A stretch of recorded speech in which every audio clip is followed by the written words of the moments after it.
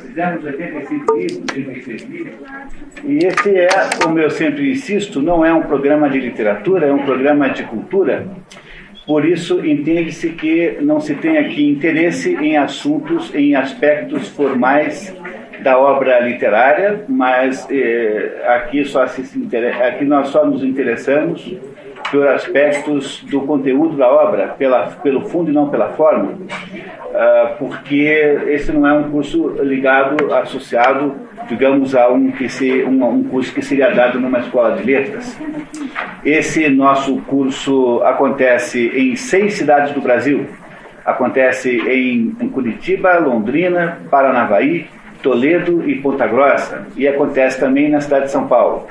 Na cidade de São Paulo não tem vinculação com o SESI do Paraná. Esse programa ele dispensa a leitura prévia da obra, tendo em vista o fato de que é muito difícil que vocês consigam ler a obra antecipadamente, e nós então fazemos sempre um resumo do livro aqui. No dia de hoje, como trata-se de um livro doutrinal e não é um livro de ficção, então nós não faremos resumo nenhum, porque nós vamos ler, na verdade, trechos da obra diretamente, que é o modo como se faz quando o livro não é um livro de ficção, não conta uma história, é um livro de doutrina, é, portanto, um livro de natureza expositiva, como diz Mortimer Adler, não é? Não é um livro imaginativo, mas um livro expositivo. E é um dos livros mais interessantes que nós temos no nosso programa, apesar de que são todos muito interessantes. A listagem total de livros é 120, são 120 livros, perfazendo então 6 anos de programa, coisa que atingiremos no final do ano que vem. No final do ano que vem teremos atingido então 120 livros. Esse programa de expedições pelo mundo da cultura é um programa que tem por objetivo, em última análise, restaurar a verdadeira cultura brasileira, quer dizer, aquilo que nós, de alguma maneira, perdemos e que precisamos buscar a todo custo, porque é a única maneira pela qual nós conseguimos sair da profunda e terrível crise civilizatória em que nós nos metemos, só restaurando a verdadeira cultura. Não há outro jeito. Nesse dia de hoje nós temos muitas pessoas novas, eu queria fazer menção a 2 em especial. Eu queria mencionar que temos aqui presente o Gilmar Paludo. O Gilmar Paludo é o coordenador deste curso em Toledo, no Paraná, interior do Paraná. Grande e valorosa Toledo, não é? O Gilmar está aqui. E eu queria também dizer que também está aqui o irmão Virgílio Balesso. O irmão Virgílio Balesso é meu professor, o maior professor que eu tive na vida, né? Irmão marista, da velha guarda. Cultura extraordinária, completa, indiscutível, ampla. E o irmão Virgílio Balesso me dá muita honra de comparecer aqui ao nosso curso. Eu aprendi enormes pontos da minha vida com ele. Muito obrigado, então. Eu que agradeço. Muito bem, cara. Eu queria, então, começar o nosso trabalho, como sempre, né, fazendo alguma introdução de natureza bibliográfica e biográfica. Santo Agostinho vocês têm aí, receberam, eu sei que talvez nem todos tenham recebido ainda o material, logo em seguida vocês recebem. Vocês têm aí um resumo biográfico de Santo Agostinho. Santo Agostinho, eu não vou ler tudo isso, porque é tanta coisa aqui, nós passaríamos 1 hora só nisso. Eu acho que não dá para usar esse tempo todo para esse fim, mas Santo Agostinho é o primeiro dos grandes pais, dos grandes pensadores da Igreja Católica. É preciso compreender que o catolicismo vai se instalando aos poucos, e é uma coisa muito interessante sobre o catolicismo, que o catolicismo não é como o islamismo. Porém, o islamismo tem só uma versão do Corão, pronto, e a versão essa que foi gravada no omoplata de um camelo, de vários omoplatas, de vários camelos. Portanto, não existem por aí versões do Corão que estejam em disputa. O islamismo é, sob esse ponto de vista, uma religião muito simples, mas o cristianismo, no tempo de Santo Agostinho, não existia diferença entre cristianismo e catolicismo, que só havia uma única religião. Mas o catolicismo é muito diferente, porque ele tem uma complexidade extraordinária, né? Tanto é que foi preciso esperar até Santo Afonso de Ligório, que é uma personagem do século XVIII, para que se conseguisse ter uma teologia moral cristã. A teologia moral cristã, sistematizada em si própria, demorou, portanto, 17 séculos para aparecer, não é? Desde o momento em que nasce Jesus Cristo, para vocês terem uma ideia da complexidade que ela representa. Logo, não só há problemas em todas as áreas, há 44 evangelhos, dos quais apenas 4 são aceitos como tal. Foi preciso que aos pouquinhos essa grande quantidade de pessoas notabilíssimas e inteligentíssimas fossem trabalhando para aos poucos irem constituindo, digamos, a doutrina central do catolicismo, do cristianismo, nessa época também catolicismo, e Santo Agostinho foi o primeiro grande... Bom, ele é contemporâneo de São Jerônimo. Santo Jerônimo fez, estabeleceu o texto da Bíblia chamada Vulgata, que foi o texto da Bíblia, o único válido até as reformas, né? Até as reformas, então, havia apenas um texto da Bíblia, que era de São Jerônimo. É natural que nessa época em que São Agostinho vive, em que ele exista toda esta preocupação em se estabelecer, afinal de contas, o que é ser cristão. A obra de Santo Agostinho é uma obra, não só a obra da vida, né? Porque Santo Agostinho brigou com todos os grandes cismas, com todas as grandes heresias da sua época, sendo que a heresia maior de todas, aquela a qual ele esteve... Bom, também aqui eu estou sendo equivocado, porque o maniqueísmo, que é o maior, digamos, o maior objeto de luta que Santo Agostinho teve, não é uma heresia cristã, porque o maniqueísmo não é cristão de modo nenhum. Para poder ser heresia tem que ser necessariamente cristão, não é? Tem que ter uma base cristã, e não é o caso do maniqueísmo, que foi a maior de todas as lutas de Santo Agostinho. Santo Agostinho foi maniqueísta. Maniqueísta é todo mundo que acha que o mundo divide-se em duas forças antagônicas, o bem contra o mal, e que a vida dos seres humanos devia ser a favor do bem. Mas essa ideia de que possa haver um mal do tamanho do bem, essa é uma ideia profundamente anticristã. Isso não é cristianismo de modo nenhum. Você acha isso, você já não é mais cristão. Diz o Mário Ferreira dos Santos que ninguém em sã consciência, nenhum filósofo do mundo foi capaz de defender, em última análise, um dualismo desse tamanho. É muito difícil, porque essa ideia é profundamente autocontraditória, de modo que o maniqueísmo, mesmo não sendo uma doutrina cristã, não sendo, portanto, uma heresia, nem mesmo uma heresia, o maniqueísmo não foi de todos os assuntos com os quais Santo Agostinho mais trabalhou. Ele foi maniqueísta durante um bom tempo da sua vida, embora fosse filho de mãe cristã. A mãe de Santo Agostinho, que é a Santa Mônica, né, depois santificada, deu-lhe uma educação cristã, a qual ele, no primeiro momento, não aderiu. O pai dele era romano, a mãe era berbere. E o pai romano era, essencialmente, tinha a religião romana, uma religião não cristã.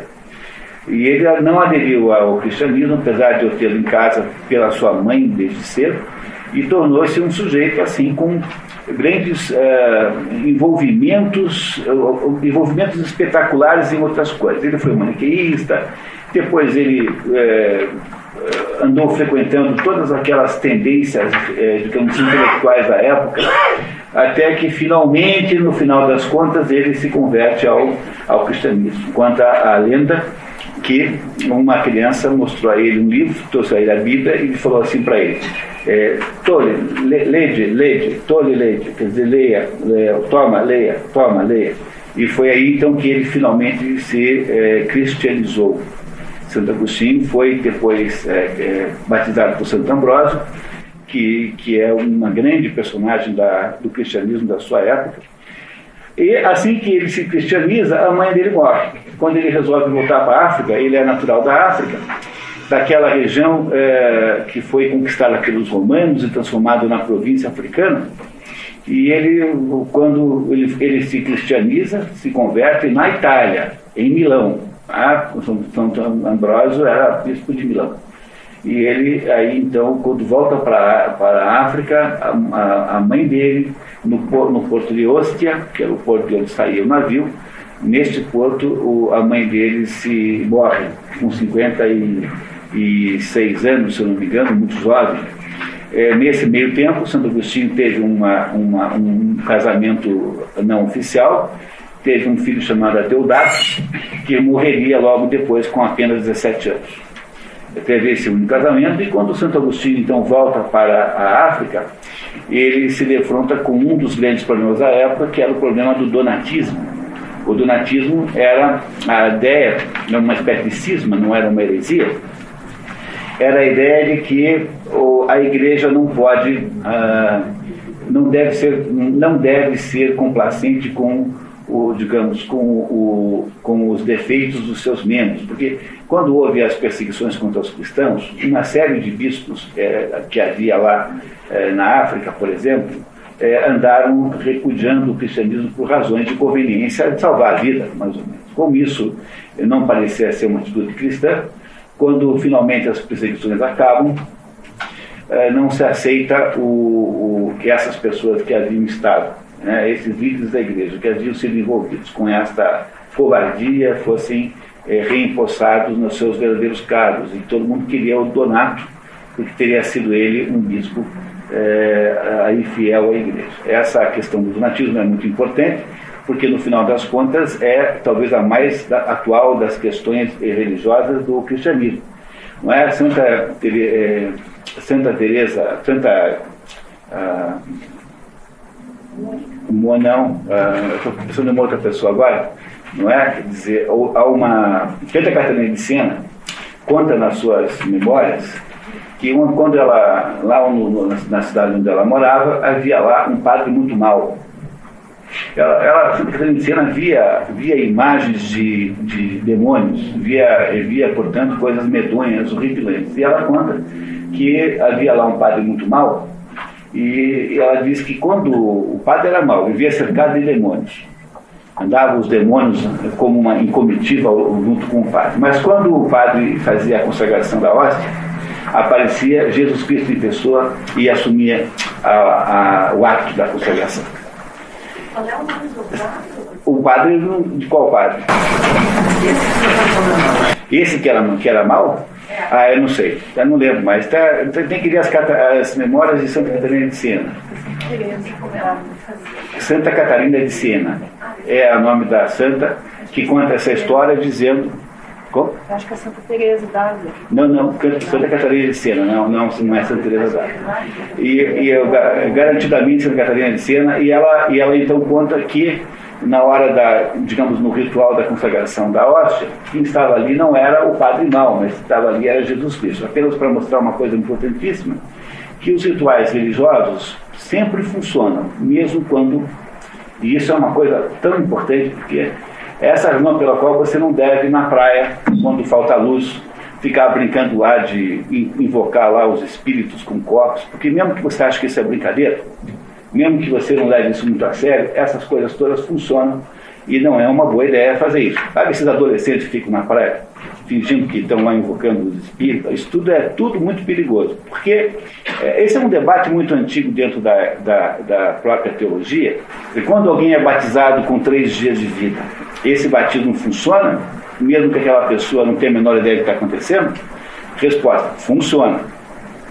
Você não precisa, o ritual funciona sozinho, mesmo que as circunstâncias não sejam as ideais.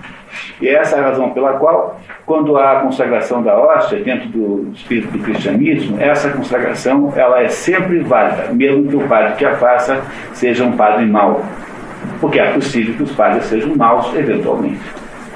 Pois essa era a resposta que Santo Agostinho deu para esse problema, que não é, portanto, para ficar escolhendo padre, porque se nós formos ficar escolhendo todo mundo, quem é que vai sobrar depois do processo de seleção? Quer dizer, se você tiver que escolher os santos, não é? Uma das injustiças que se faz ao catolicismo é esta ideia de achar que o catolicismo é uma religião para santos, quando na verdade é exatamente o contrário. O catolicismo é uma religião para pecadores, porque os santos não precisam de catolicismo nenhum, porque já são santos desde o início. Qual é o sentido que tem você ter uma religião para santo? Não é uma coisa apenas de paisagem, não tem nenhuma verdadeira função. Vocês compreendem isso, né? Bom, então Santo Agostinho andou se envolvendo com todo mundo. Havia lá os grandes cismas, as grandes heresias da sua época. Havia o pelagianismo, outra das grandes encrencas com que ele se meteu.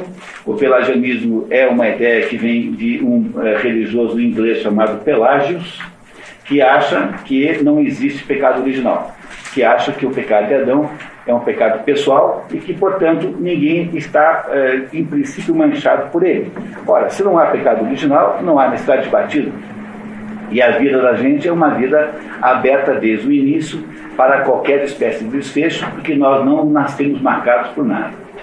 Olha, essa ideia, né, essa aí me parece assim de um despropósito tão grande, porque, como diz Chesterton, a coisa mais óbvia do mundo, de todos os preceitos religiosos da igreja, o mais óbvio é que o pecado existe aí na nossa frente. Só você investigar os últimos 30 minutos da sua vida que você descobre que você tem pecado original, sim, que não é preciso nem fazer grandes pesquisas para descobrir isso.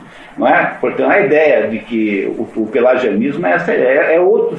Agora, por que no tempo de Santo Agostinho havia essa quantidade enorme? Havia o arianismo, que havia sido mais ou menos já resolvido, que é a ideia completamente descabida de que Jesus Cristo não é Deus, é apenas um sujeito muito bacana. Mas esta ideia de que Jesus Cristo não é Deus é uma ideia fatal para o próprio conceito de cristianismo. Não há cristianismo se você não supuser que Jesus Cristo é Deus. Não há cristianismo de modo nenhum. Nenhum. Portanto, essas religiões que há por aí hoje em dia, que são que advogam essa ideia, como Mormons, essas coisas todas aí, essas coisas não são cristãs. Vocês compreendem? Alguém que é Mormon não é cristão.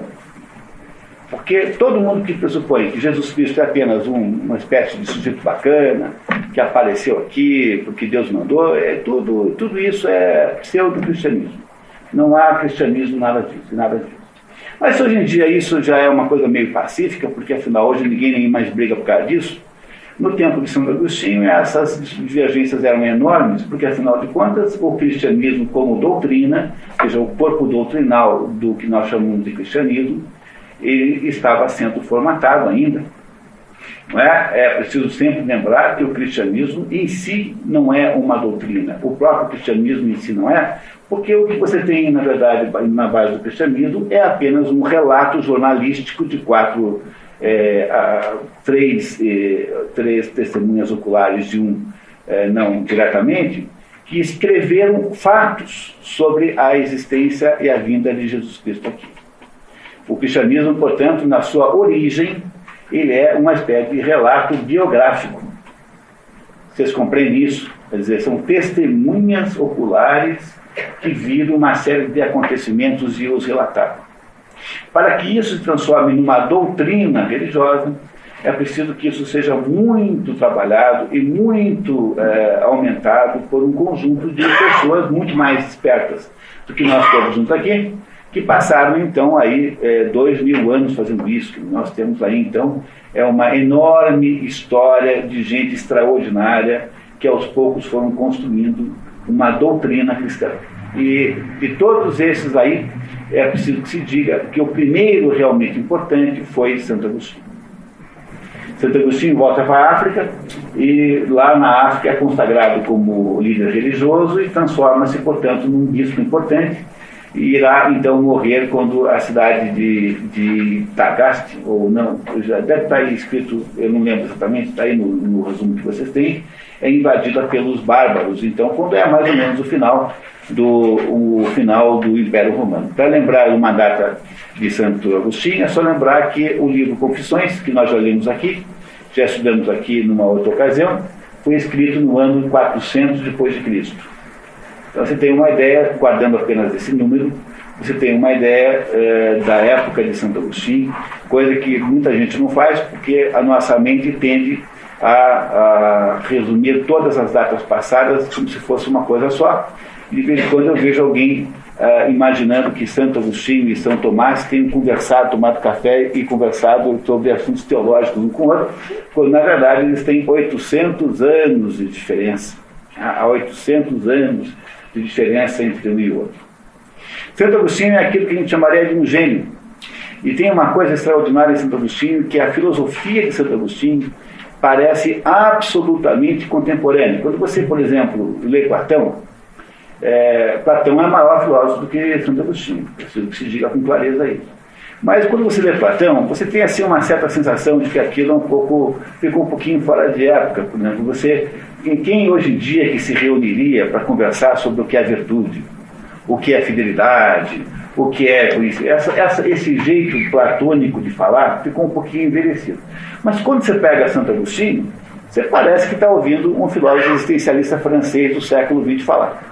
Porque Santo Agostinho é o primeiro filósofo que usa uma perspectiva pessoal para analisar a realidade. Quer dizer, ele está olhando para o mundo a partir da pessoa dele mesmo.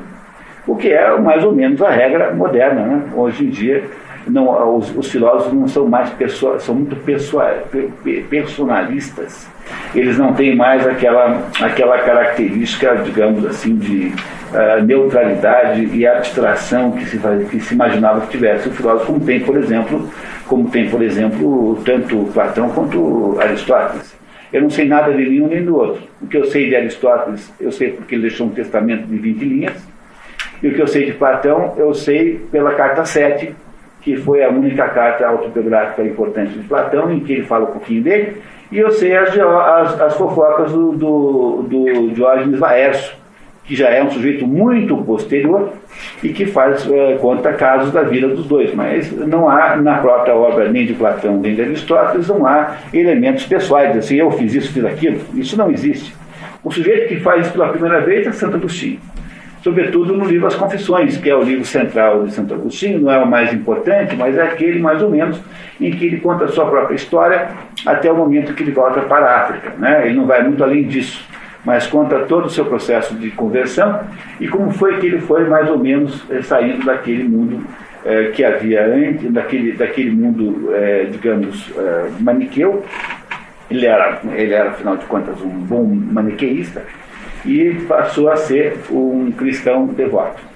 Essa é, me parece, a introdução necessária para a obra que nós vamos ler hoje, que se chama o comentário sobre o Sermão da Montanha, que é o pedaço, digamos assim, talvez o pedaço central de todas as declarações que Jesus Cristo fez na sua estada sobre a terra. Nenhuma tem uma importância central tão grande quanto tem o Sermão da Montanha. É muito comum que se acuse o cristianismo e o catolicismo de inviável por causa justamente do Sermão da Montanha. Entre os acusadores, entre aqueles que levantaram o dedo de acusação contra o catolicismo, está aí este indiano chamado Gandhi. Esse indiano chamado Gandhi teria declarado em um dado momento que no momento que ele encontrasse um cristão que levasse ao pé da letra o que está no Sermão da Montanha, ele se converteria imediatamente ao cristianismo. O que me perdoem a sinceridade, né? Primeiro, é um desaforo muito grande. Vamos ser aqui sinceros. Segundo lugar, vindo de quem vem sobretudo, porque ele é o primeiro que não cumpre as leis de Manu. Então, do mesmo modo que tem um Sermão da Montanha aqui, também os indianos têm as leis de Manu. As leis de Manu você consegue na internet, bota lá, Manu Laws, e você baixa lá um calhamaço de, sei lá, 100 e poucas páginas, em que a vida de um indiano, ou de um hindu, para ser mais preciso, nem todo indiano é hindu, embora todo hindu seja indiano, a vida de um hindu está regulamentada ao ponto de ter lá até mesmo o modo como você anda na rua. O primeiro sujeito que não obedecia às leis de Manu é ele, né, porque, afinal, ele sendo da casta chamada em sânscrito, né, de Vaishya, ele era metido a criar uma religião, metido a assuntos religiosos. Ele está fora da casta, começando por aí. Quer dizer, a primeira coisa que está errada é o fato de que ele não respeita nem mesmo a sua natureza de casta. Portanto, vamos deixar o Gandhi para lá, porque vocês verão que talvez haja uma grande injustiça nessa excessiva crítica que se faz ao fato de que o cristianismo estaria instituído em torno de uma inviável regra, conjunto de normas, de um inviável conjunto de normas chamado, que adviriam do Sermão da Montanha. Vamos lá? Vamos a ele? Que tal? Vocês todos estão preparados? nós não vamos fazer... Pois não, dona Ingrid? Santo Agostinho é considerado o maior teólogo da Igreja. Não aparece, o que o senhor acha? Ele é considerado o maior no sentido de criatividade dos dogmas, no sentido não de criar o dogma, mas de explicá-lo melhor. Os outros são como que os divulgadores, os amplificadores. É neste sentido que ele pode ser chamado até maior do que o Tomás de Aquino. O Tomás de Aquino, o cristianismo é maduro. Ele ali colhe, mas toda a sociedade quase está respirando o cristianismo. Os conventos são muito mais numerosos do que hoje, por exemplo. Então, é uma igreja que serve até de Estado, porque havia a ausência de um verdadeiro César para a Europa. E isso foi muito prejudicial politicamente para a própria Europa. Havia o Mouro, naqueles tempos, ele estava dominador. Então, nesse sentido, sim. Mas no sentido de tamanho, está certo, a obra de Tomás de Aquino é enorme. Eu me dei a pena de ler pelo menos uma parte, por motivo até no tempo que eu dava aula para esse rapaz ali, antigamente. Ano passado. Mas acontece que o outro tirou quase do nada a teologia. Como foi explicado aqui, não havia a organização ainda da mensagem. Havia a Bíblia, o fervor e, naturalmente, a vida bastante exemplar de muitos cristãos, ou da maioria, e isso fazia a verdadeira conversão. Bom, acho que por aí. Agora, sobre o Gandhi, temos que cuidar. Eu tenho lido e meditado a biografia do Gandhi. Então, nós temos dois Gandhis, né? O Gandhi do palanque eleitoral, que vê que a cruz é a bandeira do inimigo, do qual tenho que me libertar. E aí ele, naturalmente, está no Bhagavad Gita, e não tanto na Bíblia. Depois ele vai para a vida dele pessoal, de jejuador bravio, e aí ele está com o Evangelho de Nosso Senhor Jesus Cristo. Porque aqui é a vida eterna. Aqui eu sou um político, aqui eu sou César, aqui eu sou de Jesus. E ele até dizia: Jesus, se tiver a vontade de se reencarnar, venha para a Índia, não vai se arrepender. E naqueles tempos havia, pela segurança do Império Colonial, havia uma Índia só, o Bangladesh, o Paquistão, e a Índia era uma massa só. E então ele foi um tremendo político. E quando ele morreu, em 48, havia teólogos em Paris, depois eu tive o eco deles lá em Paris mesmo, dizendo que este homem não está matriculado na nossa religião, senão deveríamos proclamá-lo santo. Quer dizer, era um homem de virtude. Agora, eu posso estar mal informado, ter uma ideia um pouco diferente, mas isso aí é que há dois homens, né? Um é político e o outro não. E na própria política ele dizia: se a minoria, que é maometana, tomar o poder, fiquemos unidos assim mesmo, e que eles nos governem, dentro da lei. Quer dizer, ele queria evitar o Paquistão, queria evitar o Bangladesh, que, aliás, naquele tempo estavam unidos, mas estão distanciados de 2.600 quilômetros por aí, e a única coisa que eles tinham de comum era a religião. Então se separaram. Mas perdão essa interrupção. Muito bem. Tá, muito bem. Bom, então, pessoal, a gente pode talvez começar aqui. O livro que vocês têm, o Sermão da Montanha, é composto por três capítulos do Evangelho de São Mateus, e ele tem três capítulos, né? E ele tem aí alguma coisa como 70, 80 versículos. Todo ele foi transcrito para o documento que vocês têm aí. E aí o que nós fizemos aqui foi inserir aqui alguns comentários de Santo Agostinho sobre cada um deles. A gente vai fazer isso na velocidade que for possível. Nós temos muito pouco tempo, queria sempre lembrá-los disso, né? De modo que as nossas 4 horas vocês vão aqui com uma rapidez impressionante. E então a gente vai fazendo aí mais ou menos na velocidade média possível. Que tal, né? Eu queria começar lendo aqui. Hoje a gente não tem a clara a nossa leitura oficial, que chegará só mais tarde, mas nós vamos poder pedir para vocês então nos ajudarem, né, com a leitura, né, sequencialmente. Quem quiser ler, quem não quiser ler, não é preciso nem explicar, passa o microfone para o seguinte. Olhando então para o cabeçalho do nosso resumo aqui, tradução da Bíblia do padre Antônio Pereira de Figueiredo.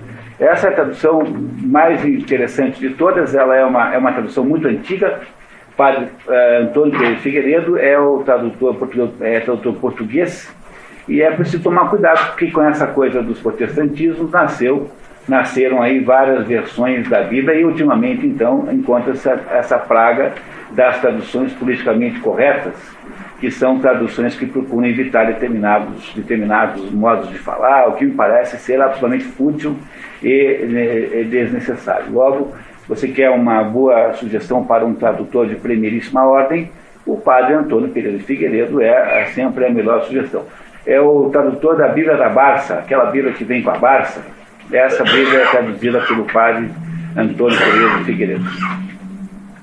O Sermão da Montanha, segundo os comentaristas, deve ter sido pronunciado em 30 Anno Domini, né? Segundo Santo Agostinho, nele se encontra, no tocante à retidão moral, a regra perfeita da vida cristã. De fato, nenhum outro episódio dos Evangelhos reúne tantas considerações de ordem moral como o Sermão da Montanha. Vários trechos foram transformados em aforismos. O espírito bíblico, no entanto, né, sem que isso corresponda a um sistema moral cristão pronto. Aqui faltou a palavrinha pronto. De fato, foi necessário esperar até o século XVIII, já na Idade Moderna, para Santo Afonso de Ligório, o doutor Zelantíssimo, que era o apelido de Santo Afonso de Ligório, compilar na Teologia Moral, Theologia Moralis, né, em latim, considerações, o que se poderia chamar de compêndio da doutrina moral cristã, baseada nas Escrituras e dispersa por inúmeros concílios e bulas papais. A dificuldade de transposição do Sermão da Montanha para um código moral prático é, pois, prova da complexidade da moral cristã, que precisa ser esclarecida pelos doutores da Igreja, como Santo Agostinho. A Igreja tem 33 doutores. Não terá mais que 33, seguramente, né? Porque 33 já chegou ao número que corresponde à quantidade de anos de Jesus Cristo. Me parece que já alguma providência escatológica, essa de manter em 33, sendo que os últimos 4 ou 5 foram incluídos muito recentemente. Há, no entanto, 4 doutores antigos, os mais antigos, Santo Atanásio, Santo Ambrósio, Santo Agostinho e São Jerônimo. Esses são os 4 originais que, digamos, estabeleceram os primeiros princípios da Igreja Católica. Um doutor da Igreja é aquela pessoa cuja opinião não precisa de aprovação eclesiástica, ou seja, é aquela pessoa que tem a sua opinião automaticamente reconhecida como sendo legítima. Isso é um doutor da Igreja. Não é? Há 33 entre esses doutores. Nesse resumo, utilizamos a tradução do texto bíblico do padre Antônio Pereira de Figueiredo, enquanto o tradutor da obra optou pela do padre Marcos Soares. Apesar de haver ocasionalmente alguma divergência entre elas, não há contradição e ganha-se com a comparação. Então, se vocês estão felizes até agora, nós podemos começar aqui e pegar do lado esquerdo. Nós temos a tradução do padre Antônio Pereira de Figueiredo, do lado direito o comentário de Santo Agostinho. Alguns comentários selecionados, obviamente, né? E vendo Jesus a grande multidão, e aí eu queria pedir talvez que alguém me ajudasse a ler. Quem é que quer ser o primeiro leitor? Você quer ler, dona Ingrid? Então, só podia ler no microfone, por favor? Apertar aquele botãozinho ali. Isso.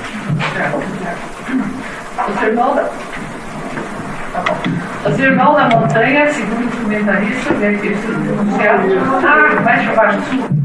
Capítulo 5?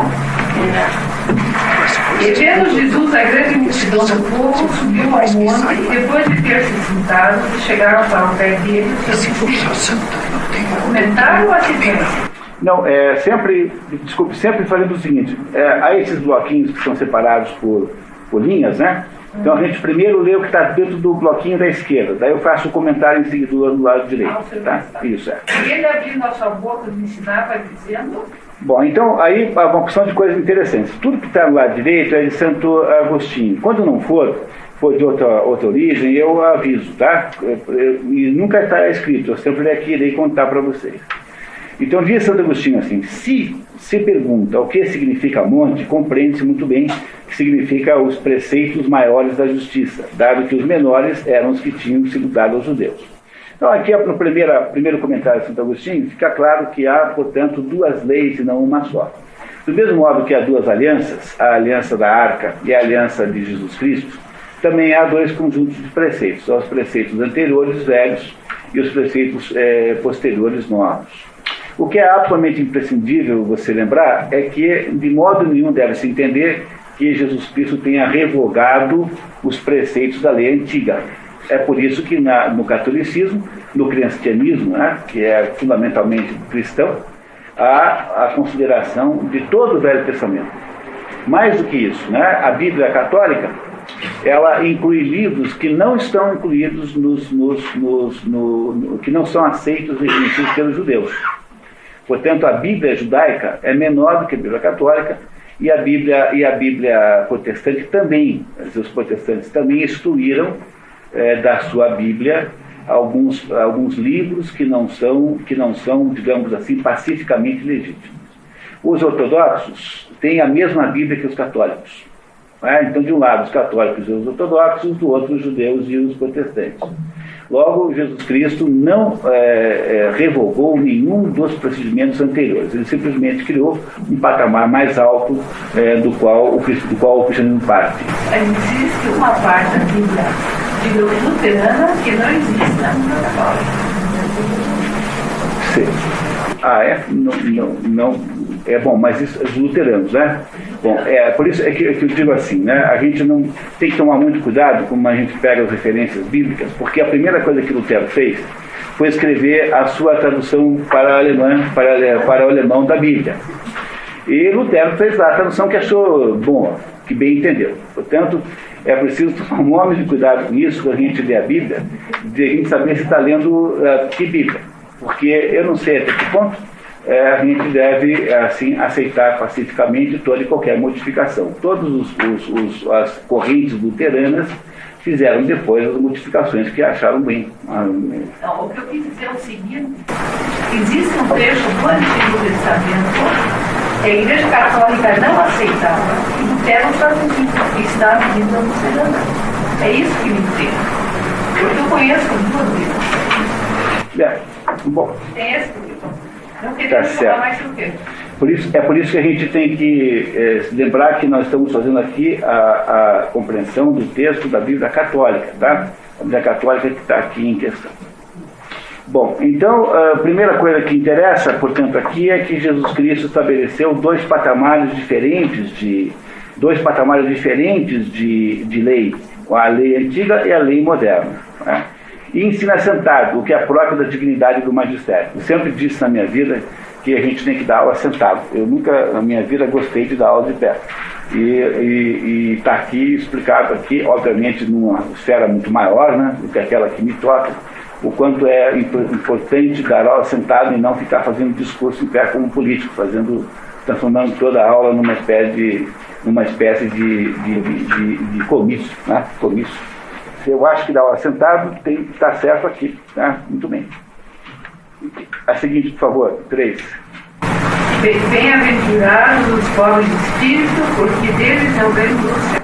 Com razão se entendem aqui por pobres de espírito, os humildes e tementes a Deus, ou seja, os que não têm espírito inchado. Olha, quando eu era estudante no Colégio Paranaense, era aluno aqui do irmão Balestro, tinha o irmão Alfeu, o padre Alfeu, que era o capelão do colégio, e eu uma vez, eu nunca esqueci, numa aula de religião, que um menino perguntou assim: mas professor, eu nunca entendi esse negócio de pobre de espírito.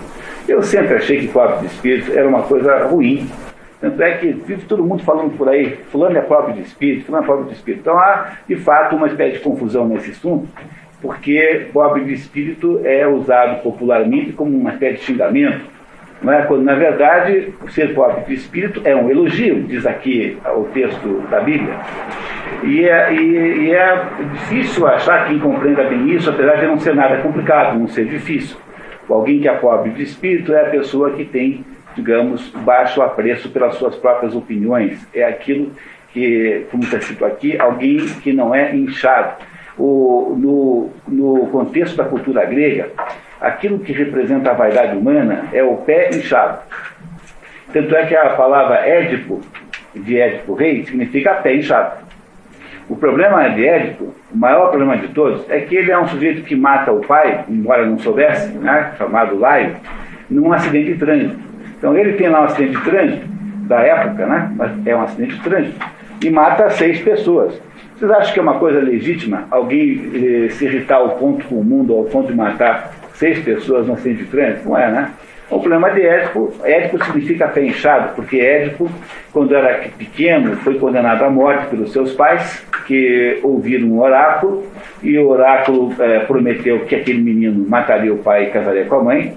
Eles, com medo de matar a criança, entregam o pai, o Laio, né, amarra os pés do menino com uma corda e os entregam a um sujeito com a missão de deixá-lo, de expô-lo. Expor, no conceito grego, significa deixá-lo morrer sob a força dos elementos. Assim.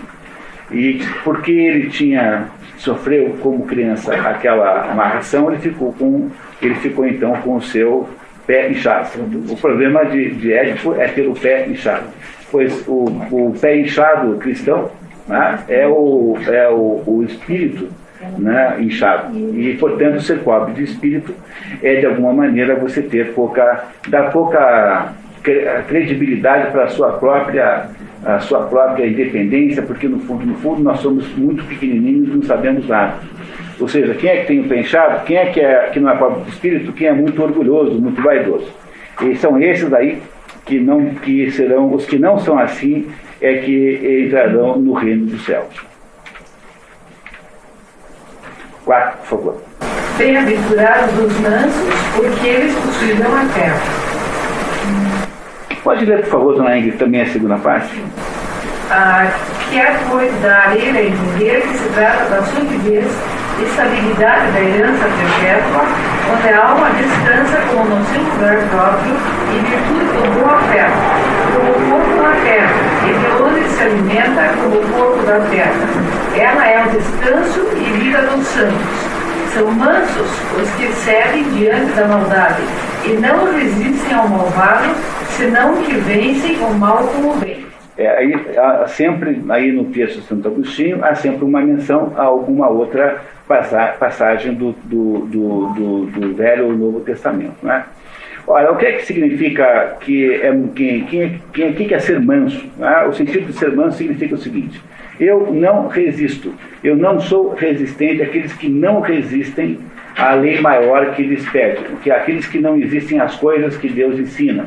Isso é ser manso. A mansidão aqui não é no sentido de mansidão associada à covardia, mas é uma espécie de humildade respeitosa, uma espécie de atitude de respeito e consideração, já que você não tem mais o pé inchado, como é a primeira bem-aventurança. Essas aqui que estão sendo descritas são as bem-aventuranças. Já que você não tem mais o pé inchado, então agora você também pode ser um pouco resistente àquilo que vem. É isso que significa a mansidão, nesse sentido em que Santo Agostinho está interpretando aqui.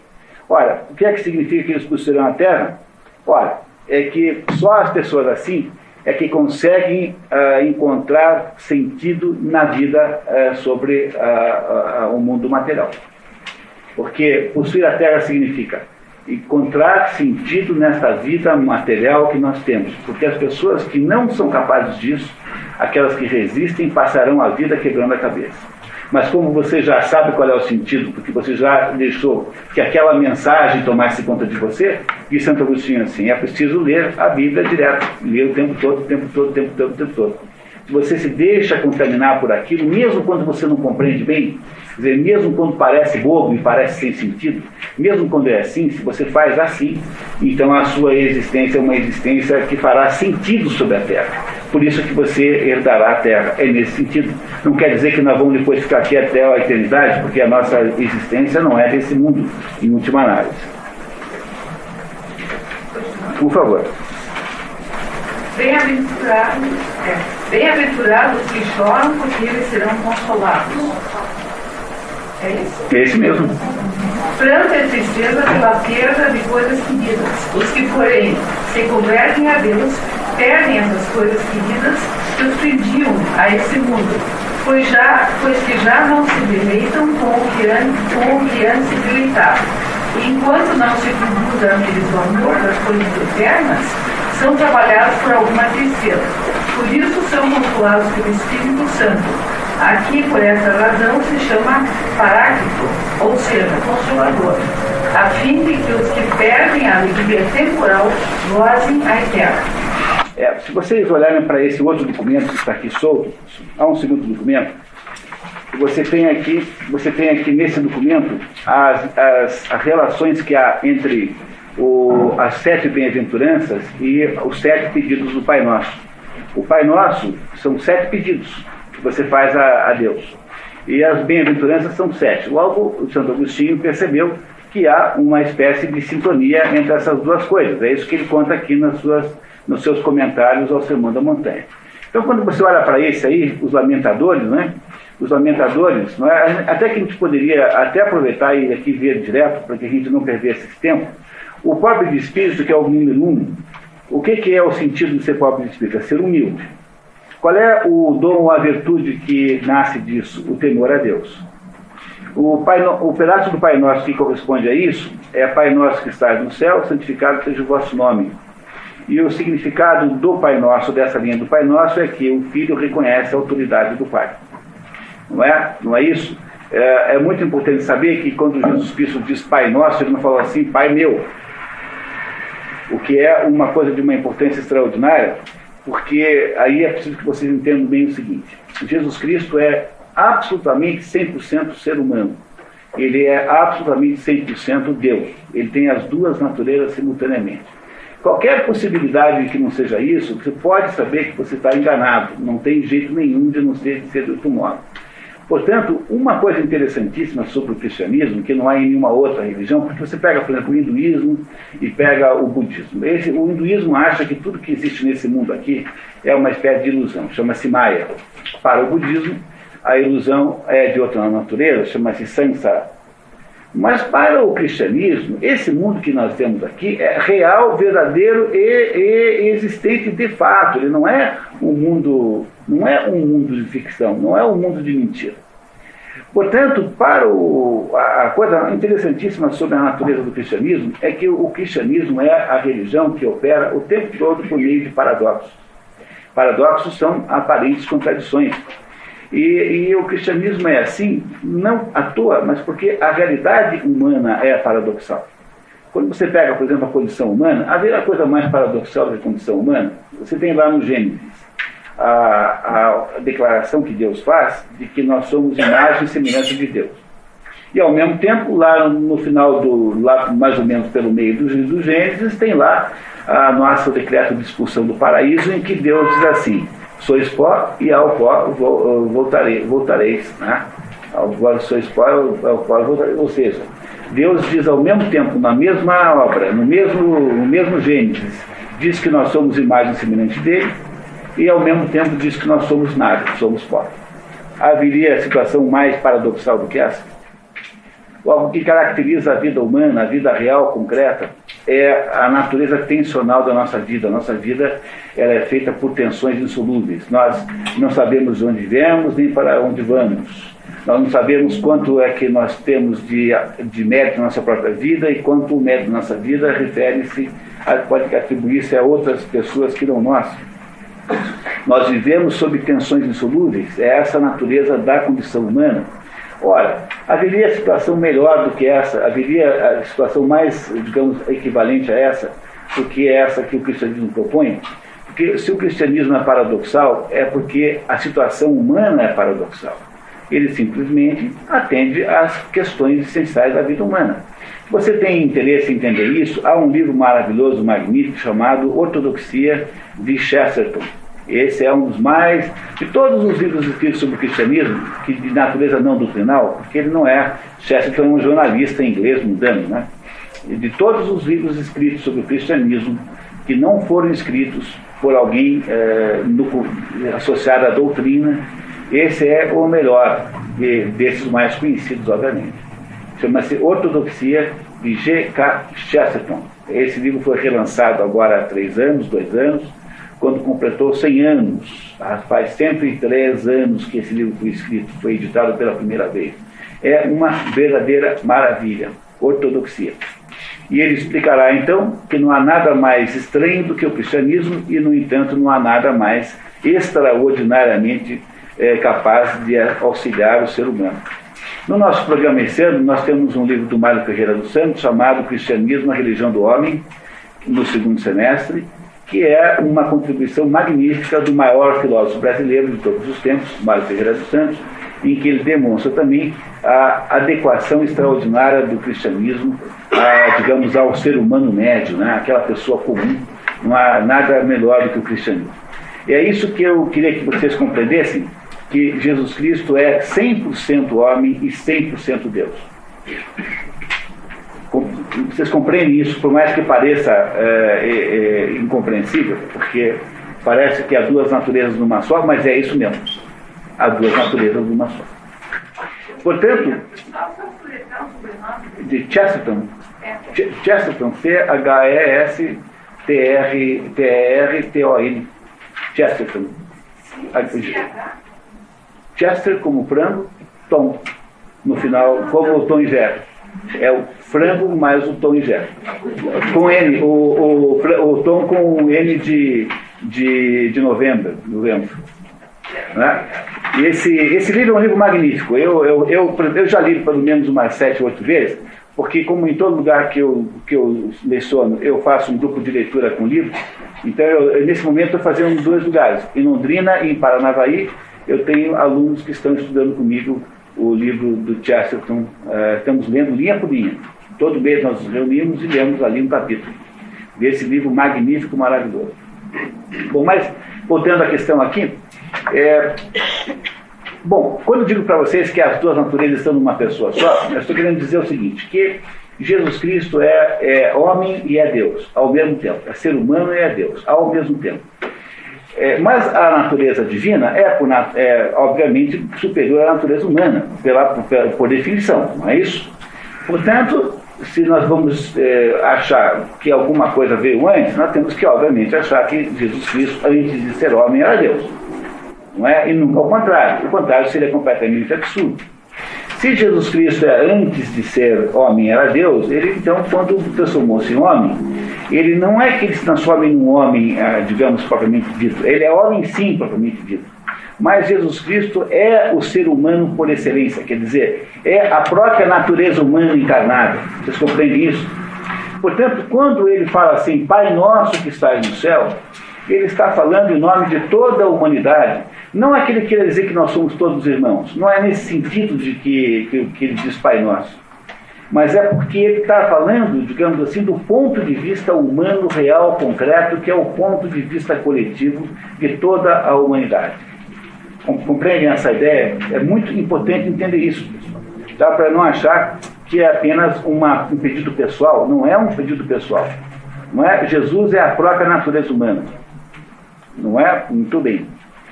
Por que ele diz santificado seja o vosso nome? E essa é uma outra coisa interessante de explicar. Por que é santificado seja o vosso nome? Vocês compreendem que o que Jesus Cristo está nos dizendo é que quem tem que ser santificado somos nós, seres humanos. Porque Deus já é santo sozinho, não é preciso que nós pensamos que ele seja santificado. Quem tem que ser santificado somos nós, seres humanos. Mas por que ele diz, santificado seja o vosso nome? Porque nós, seres humanos, somos o nome de Deus na Terra. Nós, seres humanos, somos o nome de Deus na Terra. Deus nos botou aqui para gerenciar a Terra no nome dele.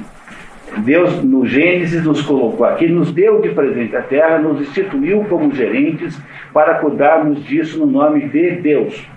Portanto, nós representamos aqui como se fôssemos prepostos à presença de Deus na Terra. O nome que tem que ser santificado é o nosso nome. Quer dizer, nós, seres humanos, é que temos que arrumar um jeito de perdermos as características que não são santas e adquirirmos características que nos santifiquem. Olha, o que é que significa santificar-se? Significa parecer mais com Deus. Chegarmos mais próximo do modelo que Deus imaginou para nós. Esse é o sentido de santificado seja o vosso nome. Isso não está aí no Santo Agostinho, mas é preciso compreender esse pedacinho também para aceitar o que está aí. O número 2 da segunda bem-aventurança, que são os mansos. O que é que são os mansos? São aqueles que são não resistentes. Você sabe que os pobres de espírito são aqueles que são desapegados da própria opinião. O que é ser pobre de espírito? É ser desapegado da própria união. Exatamente o contrário de um intelectual moderno. Tivemos aí essa semana a visita do Luc Ferry, aqui que é o sujeito que foi ministro da Educação no francês há pouco tempo e que arrumou aquela encrenca internacional com o negócio de abolir as burcas. Aí eu jantei com ele porque eu sou presidente da Aliança Francesa. Aí nós oferecemos um jantar lá para o Luc Ferry um dia antes da palestra. E eu conversei um pouquinho com ele, né? Quer dizer, ele não está contra a burca. Ele não é um sujeito assim, é um sujeito querendo salvar o cristianismo na França e então cria uma restrição ao islamismo. Ele tem ódio de todas as religiões, seja quais forem elas. Ele tem um problema geral com o assunto religião. Ele não é um cristão lutando, digamos, sem muito jeito, lutando um pouco canhestramente contra o islamismo. Ele é uma pessoa que acha que o mal do mundo é a religião e que, portanto, nós seremos muito mais espertos quando nós nos desvincularmos dela. Vocês compreendem que isso é exatamente o contrário do que está escrito aqui para ser? Não sei se vocês compreendem isso, né? Mas isso é exatamente o contrário da fórmula que está aqui para a gente entender. É simplesmente mais um intelectual moderno, como os outros todos, sujeito comum, nada de novo nisso. Todo mundo que tem, digamos assim, todo mundo que tem prestígio universitário pensa exatamente isso, porque é uma coisa meio demodê você ser professor de filosofia e dizer que você é cristão. Duvido que você ache alguém. Nem com uma enorme de uma lanterna, nem com um daqueles refletores que usam na guerra para identificar os aviões, você vai achar um professor universitário que diga assim: eu sou filósofo e eu sou cristão. Não tem. Porque a pessoa que desgraça, você não vai ser mais convidado para tomar café com os outros. Ninguém vai achar que você é uma pessoa maravilhosa. Né? Porque faz parte...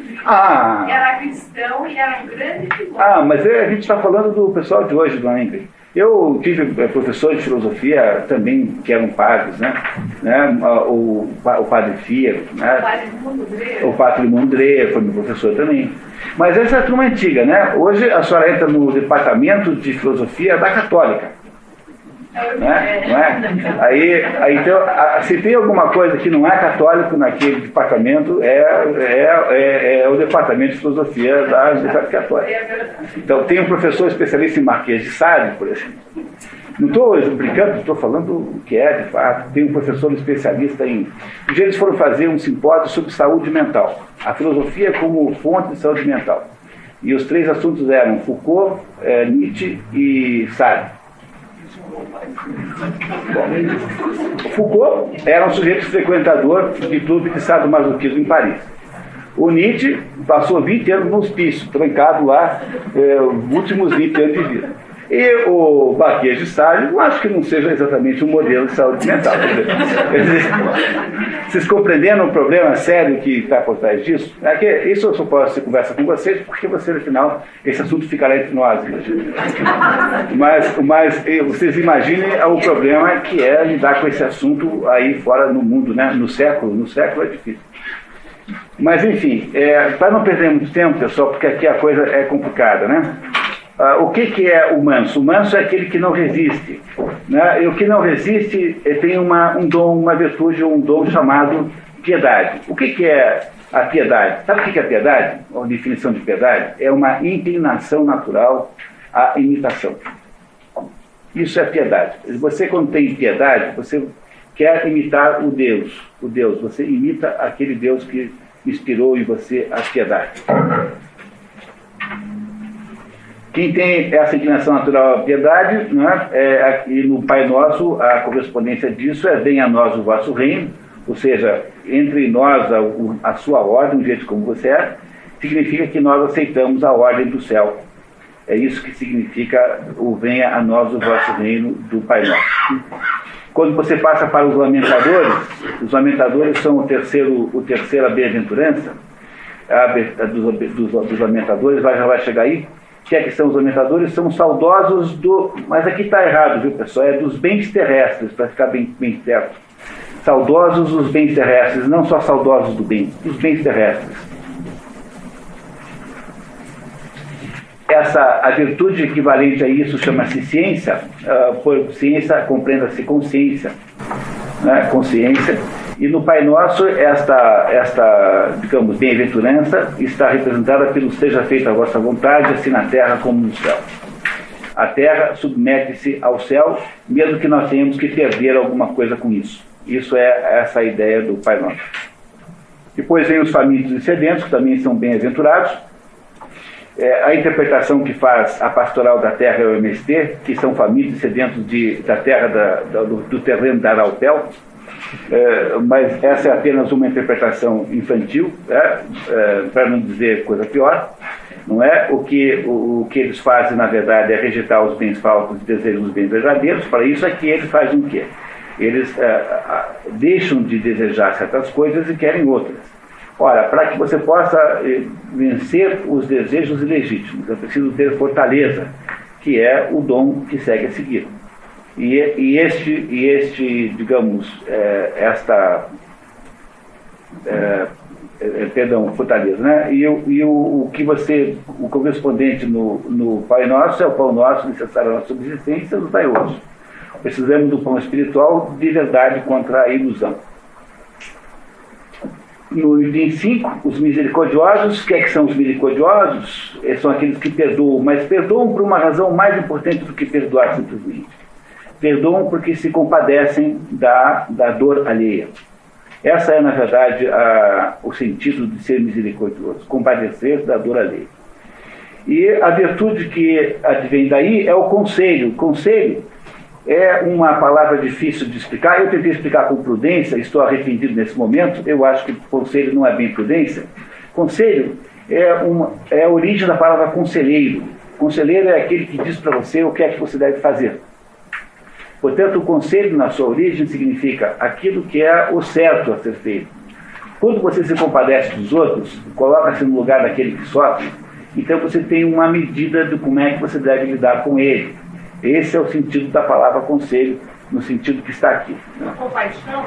Compaixão soa um pouco oriental, né? Mas é essa ideia, sim. Tá? A compaixão é uma espécie de compreensão da dor do outro. As virtudes são os dons do Espírito Santo. Isso mesmo. Onde tem virtudes ali, pode escrever, se quiser, dons do Espírito Santo. Há toda uma equivalência entre eles. Onde é que está a frase bíblica, a frase do Pai Nosso, equivalente a isso? E perdoai as nossas dívidas, assim como nós também perdoamos os nossos devedores. E por que a igreja transformou esse texto aqui em perdoai as nossas ofensas?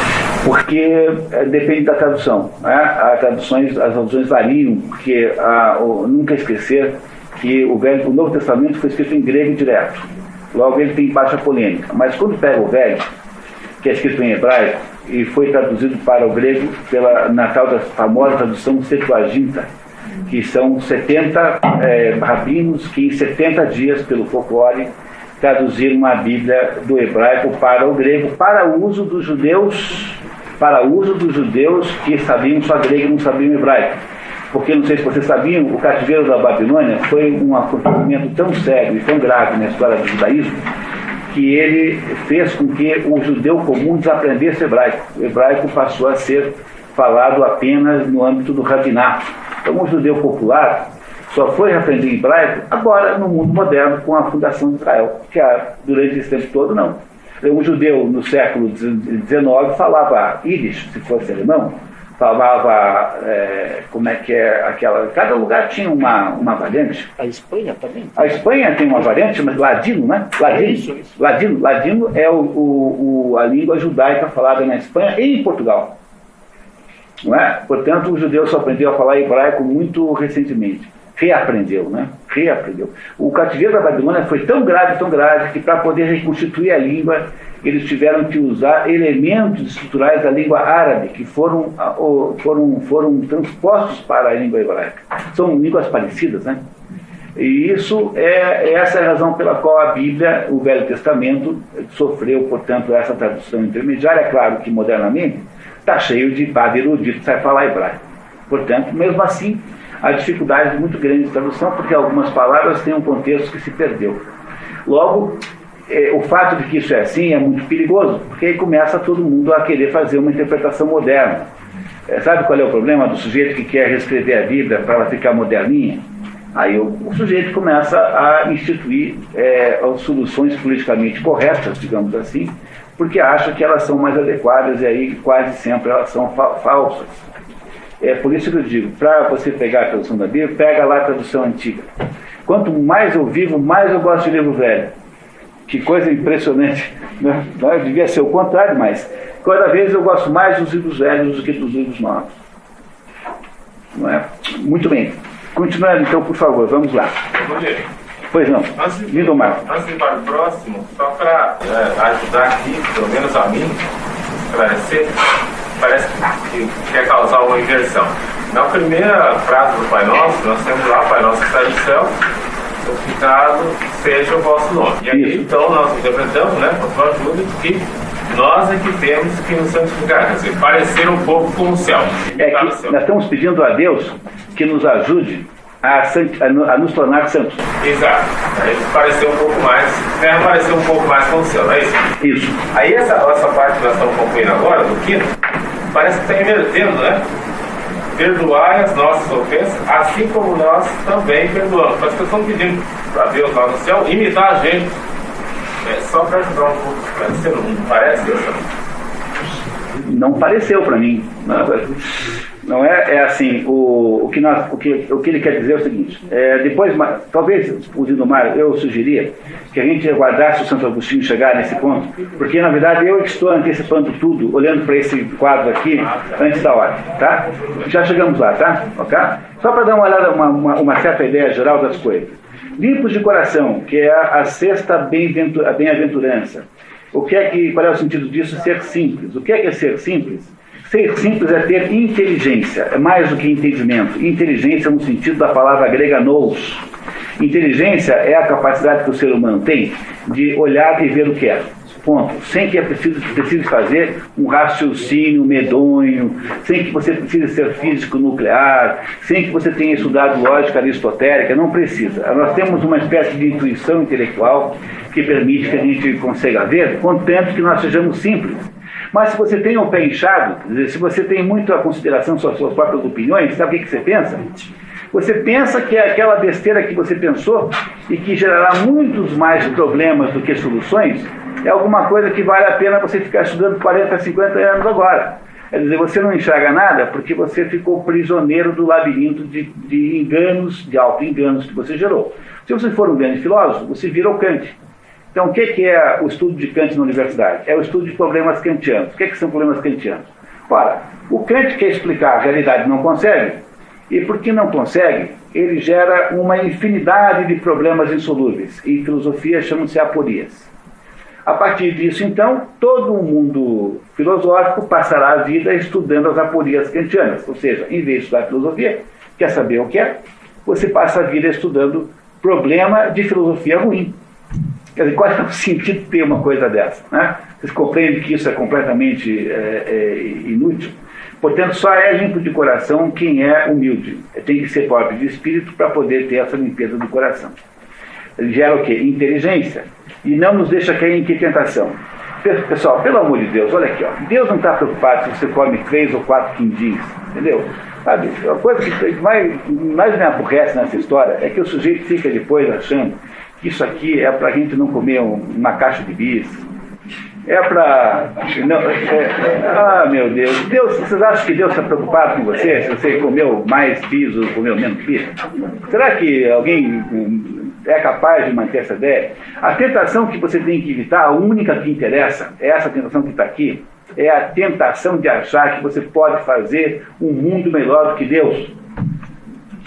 Porque esse é o problema da tentação do sujeito de pé inchado. Ele fala assim, Ivan Karamazov falando, Olha, não é que não seja, que eu seja contra Deus. O que eu acho chato em Deus é como ele é incompetente, que desgraça de porcaria de mundo ele fez. Entendeu? Essa é a posição do Ivan Karamazov, que acha o seguinte, que ele, mais o SUS, mais o INSS e mais o Aeroclube de Balsa Nova vão fazer o mundo perfeito que Deus não foi capaz de fazer. Quer dizer, já que as pessoas são doentes e têm problemas de saúde, é só dar todo o dinheiro que nós temos no bolso para o SUS, é assim que eles fazem. No fundo, eles só falam isso porque eles querem pegar todo o dinheiro do seu bolso. Essa é a única explicação pela qual eles fazem isso. Então, já que o Deus é tão burro ao ponto de ter feito tão errado, então nós temos que fazer igual. Vocês compreendem que tudo isso chama-se vaidade, soberba, chama-se híbris em grego. É essa a desgraça da condição humana número 1 que você, rezando ao Pai Nosso, deveria pelo menos tentar neutralizar a sua própria vida. Olha a tentação que a gente não pode ter. A nossa tentação é querer virar Deus, querer virar Criador e esquecer que nós somos criatura. Deus não está preocupado em quantos quindins você come. Mas eu tenho uma outra opinião. Quer dizer, Deus nos deu um livre-arbítrio. Então, se nós pecamos, nós somos conscientes do nosso pecado. Então, estamos pedindo perdão das nossas dívidas ou das nossas ofensas a Deus ou ao nosso próximo. Mas aqui aqui é um pouquinho melhor, é um pouquinho maior, porque é o seguinte, na verdade o que o Pai Nosso estabelece são as condições para que a condição humana se realize na totalidade. Vocês percebem, pessoal? Eu queria muito que vocês entendessem isso agora. Porque, embora isso possa ser um código moral, em si também mas ele é muito mais do que isso. O conjunto das condições que estão aí, e também as dos 10 mandamentos, não são apenas orientações que você dá para o seu filho, como assim, não deixe de tomar o seu lanche. Compreender? Não são orientações de natureza prática, são, sobretudo, a expressão simbólica de determinadas condições sem as quais a natureza humana não se realiza. Ou seja, ela nunca sai da potência e vai para o ápice. Ela permanecerá na potência a sua história toda, como diz Aristóteles. E é preciso que a natureza humana, para que ela se realize, que nós jamais imaginemos e nem pensemos que somos deuses. Porque Deus nunca disse isso para nós. Olha, Jesus Cristo disse que nós seremos como Deus, mas deuses não. Portanto, a pretensão humana de ser isso tudo é a grande desgraça que nós queremos que Deus nos impeça de sofrer. Esse é o sentido que parece estar implícito nisso aqui. Não é? Veja, também não é um pedido, segundo Santo Agostinho, para que nós não tenhamos tentações. É um pedido para não cair nas tentações. Porque ter tentação é fundamental. Se você não tem tentação, como é que você mostra mérito de não ter caído nelas? Porque, compreende? Porque a nossa vida seria equivalente a de um poodle. Se você não tem tentação nenhuma, a nossa vida é equivalente a de um poodle. Talvez até um poodle seja um pouco mais humano do que nós somos. Portanto, a existência da tentação é fundamental para que a nossa vida se realize. Mas a tentação em si é importante. O que não pode ter é uma vida em que você cai nelas. Por isso que, sob o ponto de vista metafísico, no âmbito que Deus está, o diabo, o demônio, não é de modo nenhum negativo. O demônio é uma espécie de personal trainer no âmbito metafísico. Tanto é que você pega o livro de Jó, no livro de Jó está claro que Deus permite que o diabo tente Jó. Porque essa é mais ou menos a ideia, não é? Agora, é claro que no nível físico, material, o demônio é mau, é negativo, é ruim. Mas, do ponto de vista... Veja bem, o diabo não pode ser inimigo de Deus, porque Deus não tem inimigos. O diabo só pode ser inimigo do homem, mas Deus não. Eu estou fazendo uma análise aqui lógica do assunto. Estou tentando argumentar com uma argumentação filosófica. Eu não estou dando aula de religião para vocês, porque eu não tenho nenhuma competência para isso. Estou apenas mostrando como é que essas ideias todas fazem sentido quando vocês as olham de um modo, digamos assim, de um certo ponto de vista. E, finalmente, pacíficos significa o quê? São pacíficos a ser reordenados. Obter uma coisa chamada o dom, né? O dom é sabedoria, não é? Não é isso? livrai-nos do mal, amém. Quer dizer, o mal que nós queremos que nós para livrarmos do mal, nós temos que já tê-lo, né? Portanto, pedir para que nós sejamos livrados do mal é pedir que nós deixemos de ser confusos, percamos a confusão que já temos e tenhamos clareza e vista clara para entender as coisas.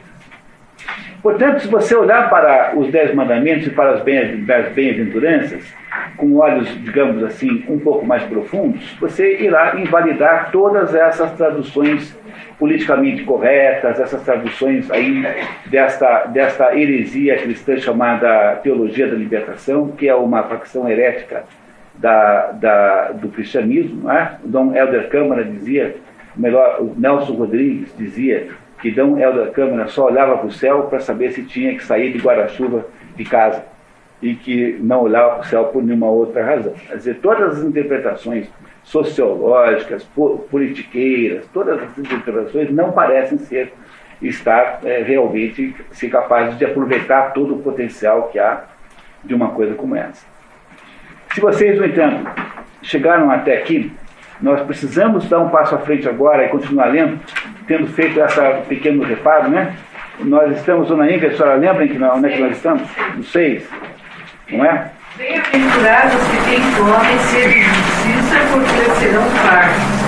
Refere-se Cristo aqui aos amantes do bem imutável e não dos amantes da propriedade da Arapel, entenderam? Quer dizer, não é dos amantes da propriedade alheia que se está falando aqui, mas aos amantes da justiça e da verdade fundamental. Esses que são bem-aventurados. Aqueles que desejam saber, é isso.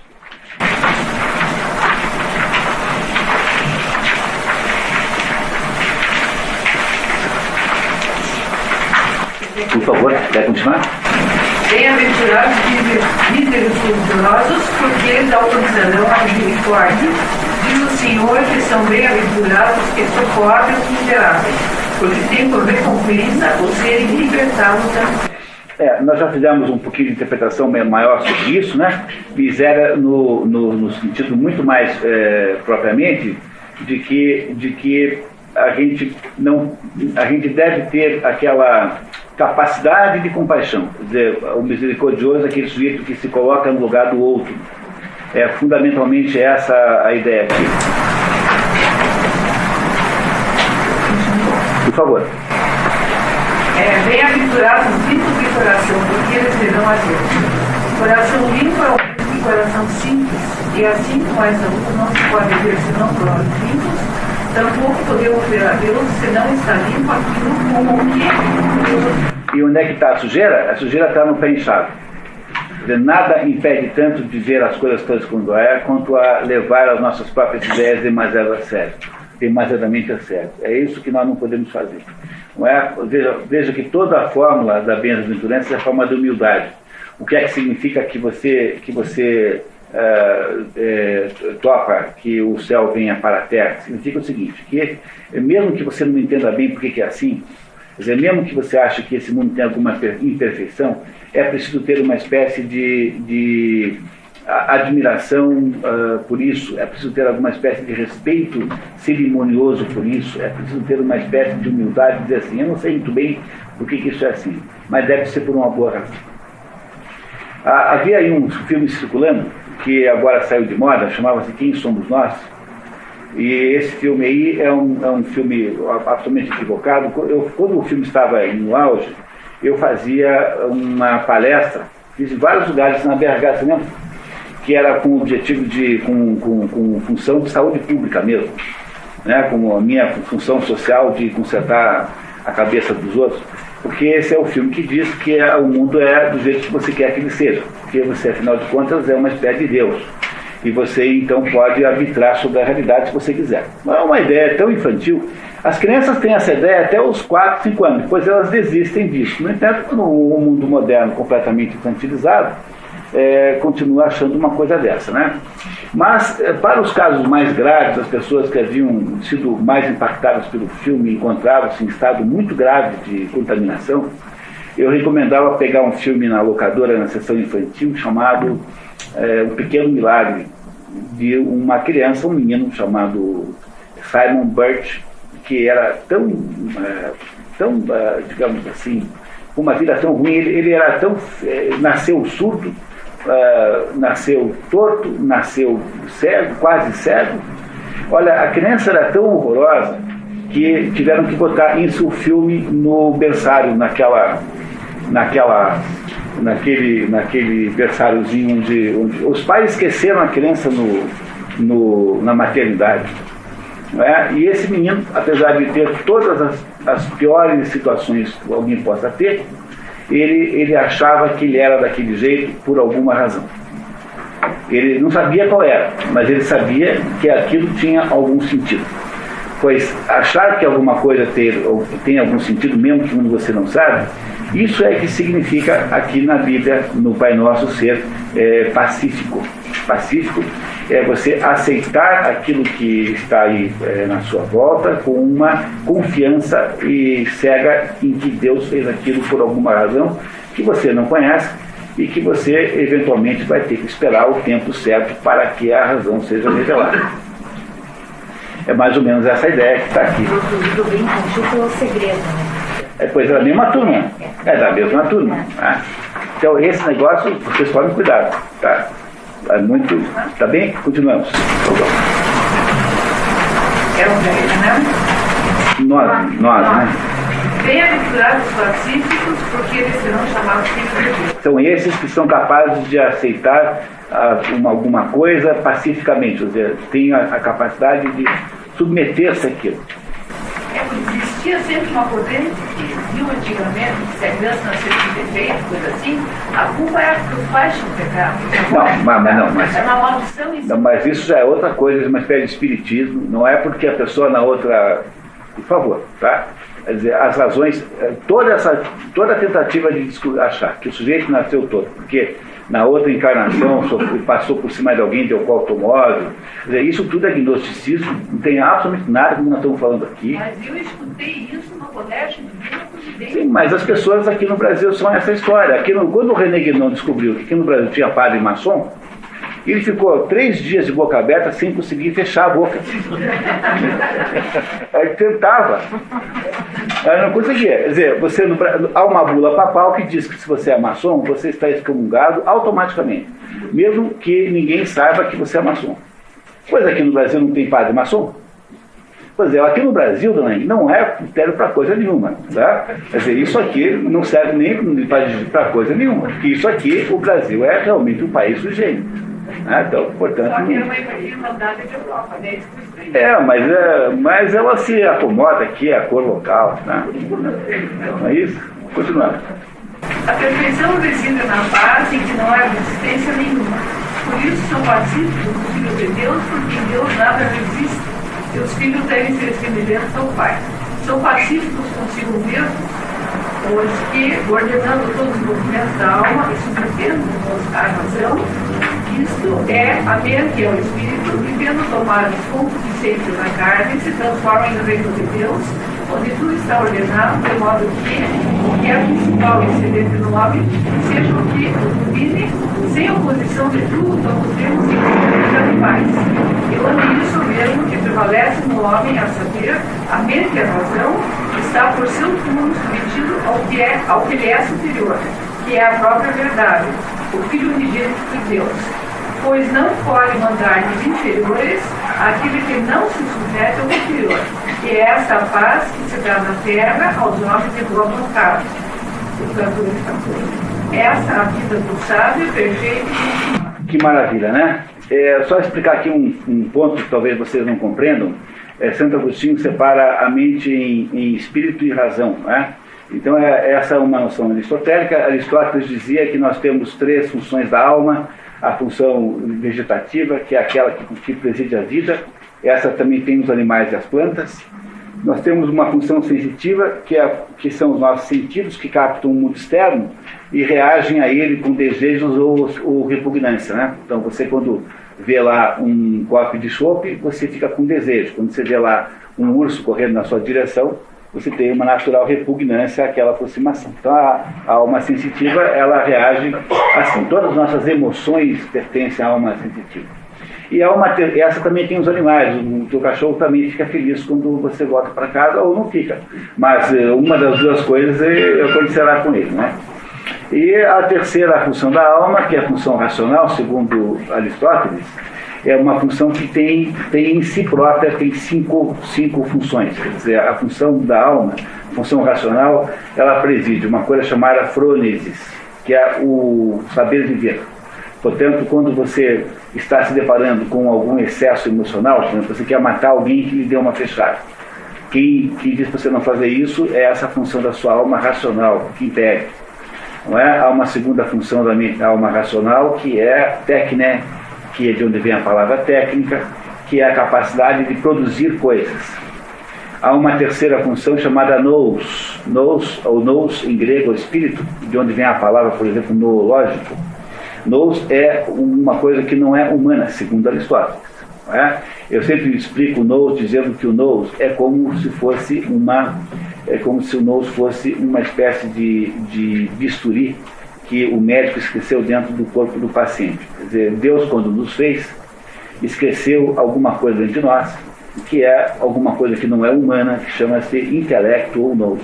Antigamente, intelectual era um advérbio associado a essa ideia de espírito. Hoje em dia, intelectual não é mais isso. Intelectual é o sujeito que lida com ideias. Mas a palavra intelecto, durante quase todo o tempo, era sinônimo de nous. Nous em grego, intelecto em latim, que significava, as duas palavras significavam essa coisa transcendente que o ser humano tem, como se fosse um pedaço de Deus que foi esquecido dentro de nós. Há uma outra função, a quarta, chamada episteme. Episteme é a arte da demonstração, é a capacidade da mente de deduzir. Segundo Aristóteles, todo o processo de raciocínio humano é dedutivo. A indução não é um processo de raciocínio, a indução é um processo de coleta de dados. Agora, o próprio raciocínio é dedutivo, de que o maior exemplo é o silogismo. O silogismo é um mecanismo de dedução. E o quinto e último, a função da mente racional é a sofia, que é a sabedoria. Olha, o que é a sofia? Para Aristóteles, a sofia é a mistura da episteme com o espírito, com o nous. Quando se junta algebricamente, matematicamente, a capacidade de deduzir com a luz da verdade, você tem sofia. Quando você só tem a capacidade de dedução, você corre o risco enorme de raciocinar certo sobre ideias erradas. A palavra mentira, não por menos, vem da palavra mente.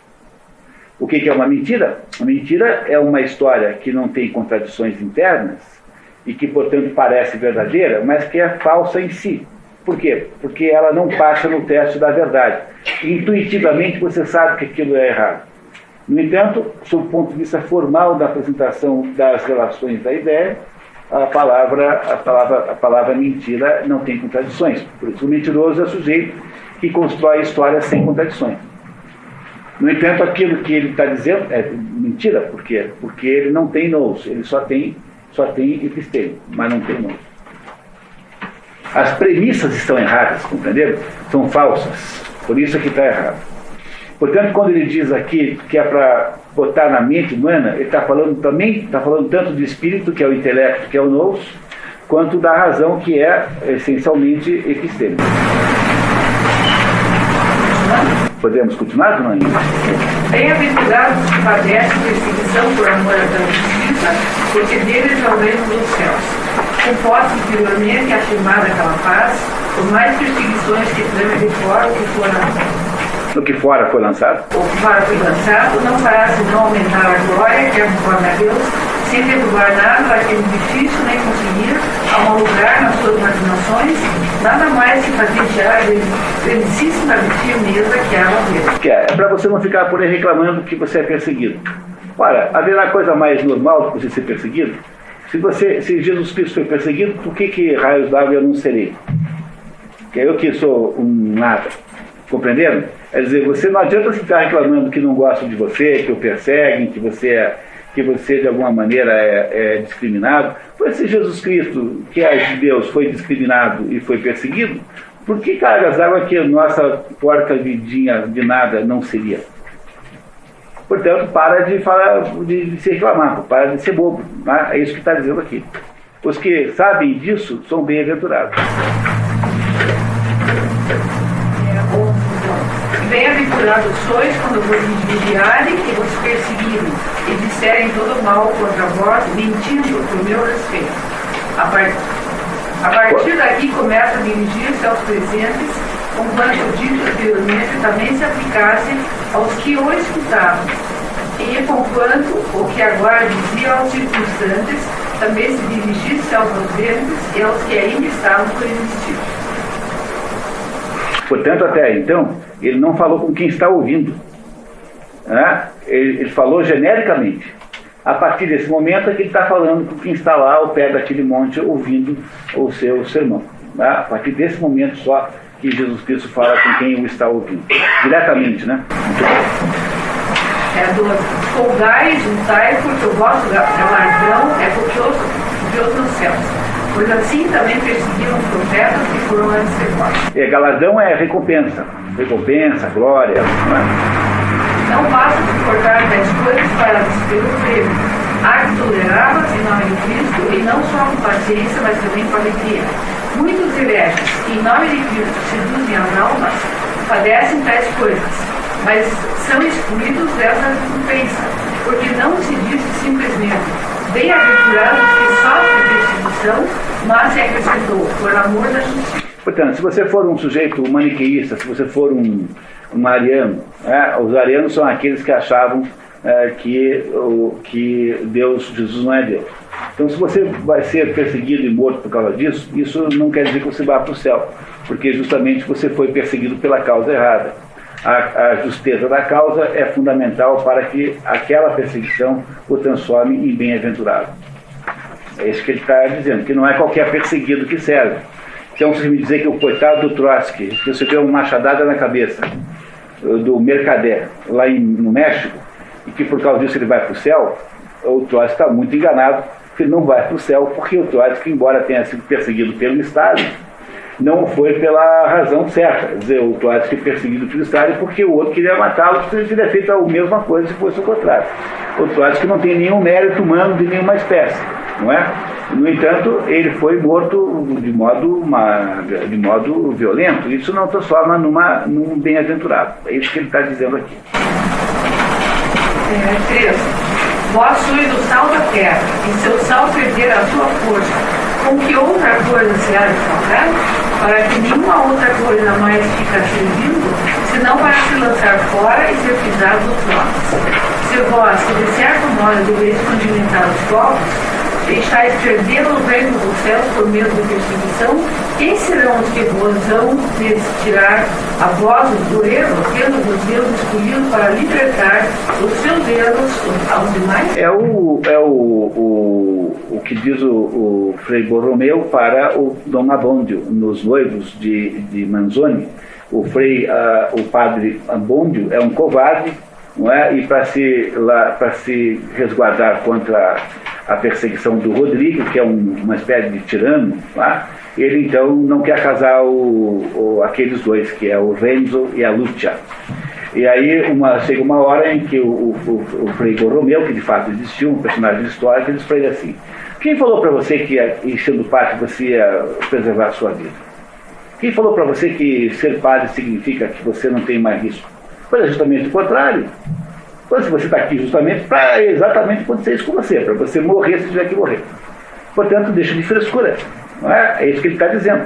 Veja, o grande pode achar que isso é difícil de cumprir, mas se você for pensar bem, quando você coloca essas coisas nos seus devidos lugares, elas não parecem tão impossíveis assim, quer dizer, são muito difíceis, mas não parecem ser tão inimagináveis como se pareciam antes, né? Mas vamos continuar ouvindo Santo Agostinho. Então. Ok. 14. Vós sois a luz do mundo. Não pode esconder-se uma cidade que está situada sobre um monte. Uma cidade edificada sobre uma justiça iminente, perfeita, figurada aqui pelo monte sobre o qual está falando o Senhor. O monte é o monte no topo do qual está a sabedoria. Portanto, essa sabedoria divina não pode ser escondida de modo nenhum. 15. Nem os que antecedem uma mulher. Ascendem. Ascendem, nem os que ascendem. Nem os que acendem uma lanterna a mete debaixo do alqueire, mas põe na sombra do candeeiro, a fim de que ela dê luz a todos que estão na casa. Só para entender isso, um alqueire, no sentido que está aqui, é uma espécie de abajur com que você cobre a chama e diminui a intensidade com que a chama aparece. O que está dizendo é que aqueles que têm luz não devem colocá-la debaixo de um abajur, não devem escondê-la debaixo do abajur, mas devem colocá-la em cima do candeeiro para que seja vista por todas as pessoas. Ninguém acende uma luz e oculta, ou encerra também o alqueire algum significado especial. De modo que pôr a tocha debaixo do alqueire seja o mesmo que pôr acima da pregação, na verdade, as comunidades do corpo, a ponto de deixar a um canto a pregação da verdade e por temor de experimentar alguma perda nos bens corpóreos e temporais, é com propriedade que se diz alqueire. Assim, põe a luz sobre o alqueire todo aquele que obscurece e cobre a luz. Da boa doutrina, com vantagens de ordem temporal. Nunca esquecer, aqui, pessoal, uma coisa fundamental. Quando eu digo para vocês que a natureza humana é tensional, o que eu estou dizendo é que a tensão ocorre porque nós estamos sempre oscilando entre dois polos que são em si opostos. Nós temos a materialidade da nossa existência física e nós temos uma espiritualidade, ou seja, uma imaterialidade ligada à nossa existência espiritual. Não adianta você querer ficar com só dos dois lados, porque não pode ser. Os dois lados existem com a mesma importância. Portanto, a vida humana é o que acontece enquanto você oscila entre esses dois polos. Esse é o sentido disso, não é? Portanto, toda vez que alguém deseja aumentar a importância do polo material às custas do polo espiritual, ele está colocando a luz debaixo do alqueire, ou seja, debaixo do abajur. Não é? Nesse sentido. O contrário nunca acontece, porque, afinal de contas, embora esses dois polos sejam igualmente existentes, eles não têm a mesma importância.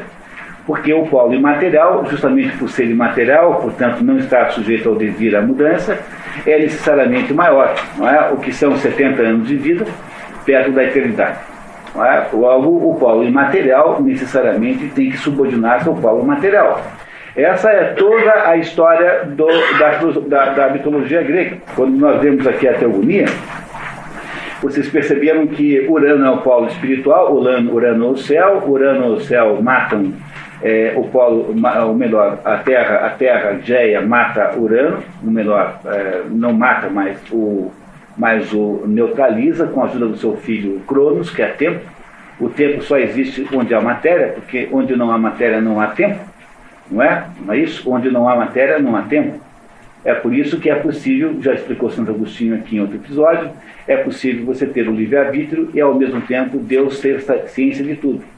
Porque a onisciência divina parece estar em contradição com o livre-arbítrio. Porque se você tem livre-arbítrio, como é que Deus sabe o que você faz? Olha, se Deus sabe o que você faz, como é possível ter livre-arbítrio?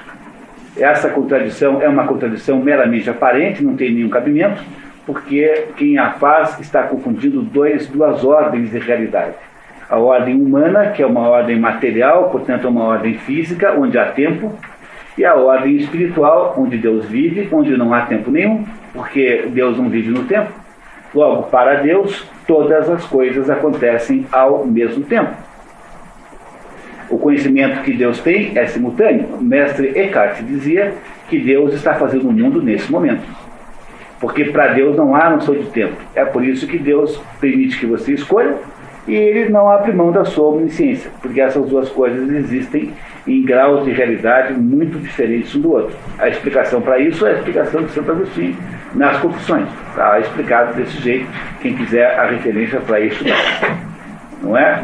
Portanto, a nossa existência é uma existência contraditória e em oposição. E essa oposição, então, irá exigir, não é? Eu contava da teogonia, quando Geia e Cronos castram Urano, a Terra castrando, portanto, uma matéria castrando o céu. Depois Deus nasce e Deus recupera a ordem, ou seja, a vitória dos olímpicos sobre os titãs é a devolução da ordem que foi quebrada com a morte ou pela castração de Deus, Urano, do céu, por quê? Pela terra. Portanto, o governo que se estabelece após a vitória dos olímpicos, Zeus e os seus 5 irmãos, quanto aos seus titãs, que são seus pais e tios, é a vitória do espírito sobre a matéria. Vitória essa que está novamente em desafio, né? Está sendo desafiada novamente no tempo moderno, nos tempos modernos. Mas, no fundo, você só entende a mitologia grega se você partir da ideia de que ela está explicitando justamente essa polaridade entre o céu e a terra, que é uma polaridade que o cristianismo lida como nenhuma outra situação, porque para o cristianismo nós temos essas duas naturezas, e essas duas naturezas são legítimas. Como ele faz isso? Ele faz isso pela obra direta de Deus, pela genialidade, né, com que ele se estabelece. Por isso é que ele é a religião do homem, segundo Mário Ferreira dos Santos. Podemos continuar, por favor? Assim, use a vossa luz diante dos homens, que eles vejam as vossas boas obras e glorifiquem a vosso Pai que está nos céus.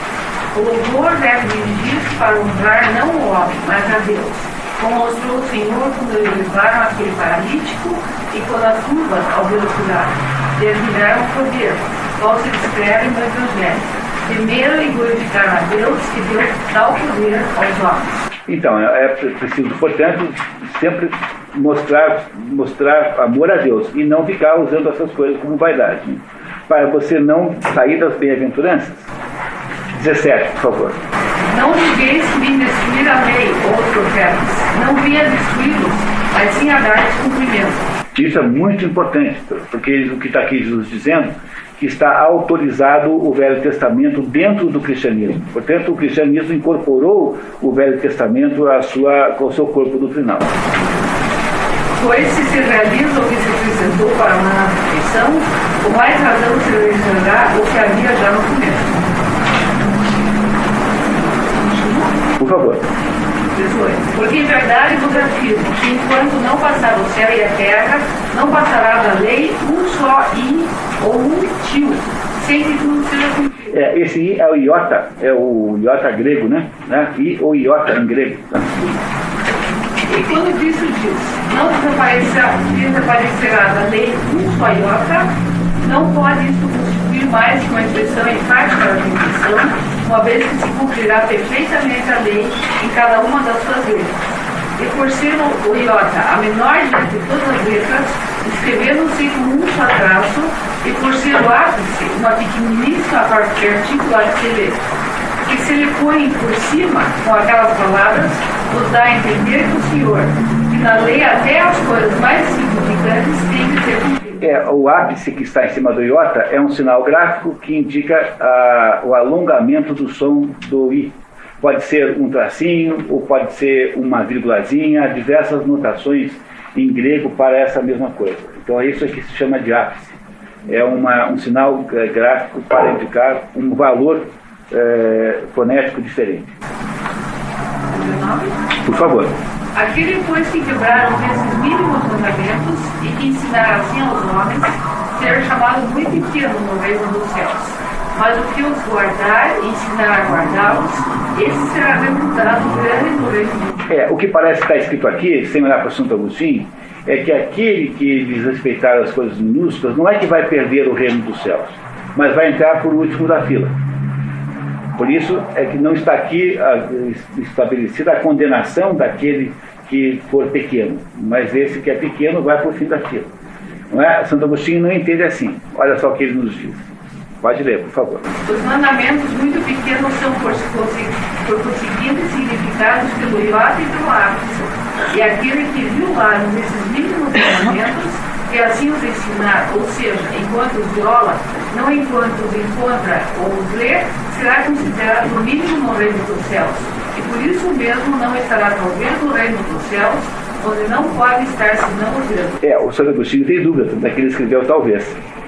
Mas ele não tem coragem de dizer assim, esses que desprezaram o iota estão fora. Ele diz talvez, porque ele mesmo tem dúvida, não é? Não, porque Jesus Cristo disse, é dos É dos pequenos? Não é aquele sentido. É nem nesse sentido que está aqui. Aquele sentido é, aqueles que desprezam as coisas pequenas, estão dizendo assim, olha, eu não vim para revogar nada. Eu vim aqui para fazer um patamar superior da lei.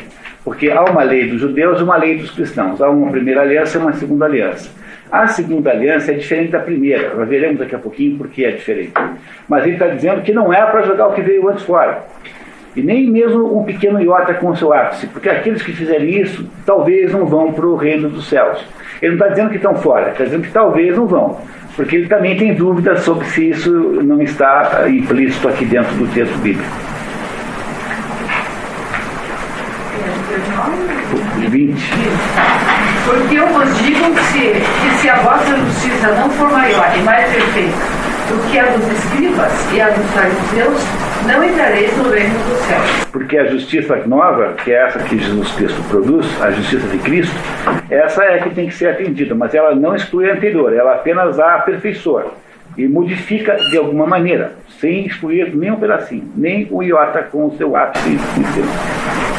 Se além daqueles preceitos da lei que iniciam o homem, não cumprirdes os que acrescentei eu, que não vim destruir a lei, mas cumpri-la, não entrareis no reino dos céus.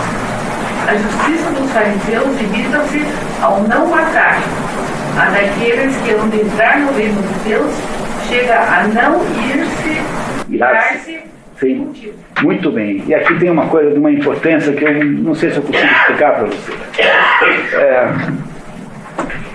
Há 3 religiões abraâmicas. Só 3, não haverá mais que 3. Nunca, jamais. Eu digo nunca, jamais, não porque eu conheço o futuro, mas porque a essência do assunto é a Trindade, Pai, Filho e Espírito Santo. Se você olhar um pouquinho, você verá que cada uma dessas 3 religiões abraâmicas são o judaísmo, por ordem, né? O cristianismo e o islamismo, cada uma corresponde a um desses 3 aspectos. O judaísmo é uma religião em que se vê Deus como uma autoridade paternal, de um autoritarismo extraordinário. O Pai, enquanto, na medida em que ele é símbolo de autoridade. O cristianismo é uma religião do amor do Filho. O sujeito que veio aqui e deixou-se matar, trucidar, né? Para que nós não tivéssemos mais o peso dos pecados. Quer dizer, o sentido da morte de Jesus Cristo é que ele já pagou os pecados por nós. A nossa principal função é aceitar isso. E aceitar isso da seguinte maneira: e não cobrou nada por isso. A coisa mais difícil que tem é conseguir que apareça um cristão que não fique achando que está devendo 1 trilhão na Caixa Econômica do céu por causa disso. Né? Jesus Cristo nos salvou sem nem pedir nada em troca. Bom, a terceira religião, que é o islamismo, a mais recente das 3, a mais nova, é uma religião muito associada à ideia de Espírito Santo, por razões que nem vamos agora aqui debater, porque já não temos nem tempo de debater o texto aqui.